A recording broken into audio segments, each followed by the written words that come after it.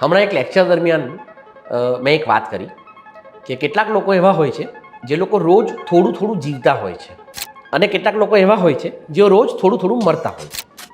હવે આ થોડું થોડું જીવવું અને થોડું થોડું મરવું એટલે શું?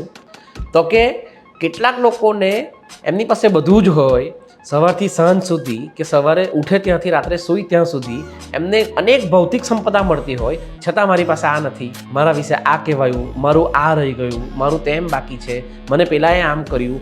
આ બધા પ્રકારની વાતો અને આ પ્રકારના વિચારોમાં સતત એ લોકો રમમાણ રહેતા હોય છે.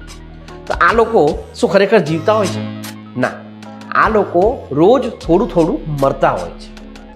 એની સામે કેટલાક લોકો એવા હોય છે કે જેના ગજવામાં કદાચ કાણી પાઈ ન હોય, અથવા એના જીવનમાં ખરેખર સવારથી સાંજ સુધી ખૂબ સંઘર્ષો હોય અને ખૂબ મહેનત કરીને એણે પોતાના બે છેડા ભેગા કરવાના હોય, છતાં પણ વાહ આજે દિવસ સરસ ગયો, વાહ આજે જમતી વખતે શાક બહુ સરસ હતું, વાહ આજે આમ થયું, વાહ આજે આ માણસે મને સ્મિત આપ્યું. આવા લોકો પોતાના અભાવો વચ્ચે પણ રોજ થોડું થોડું જીવતા હોય છે.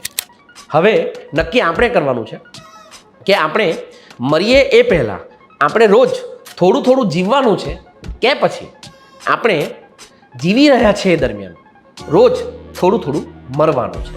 આપણા પર છે.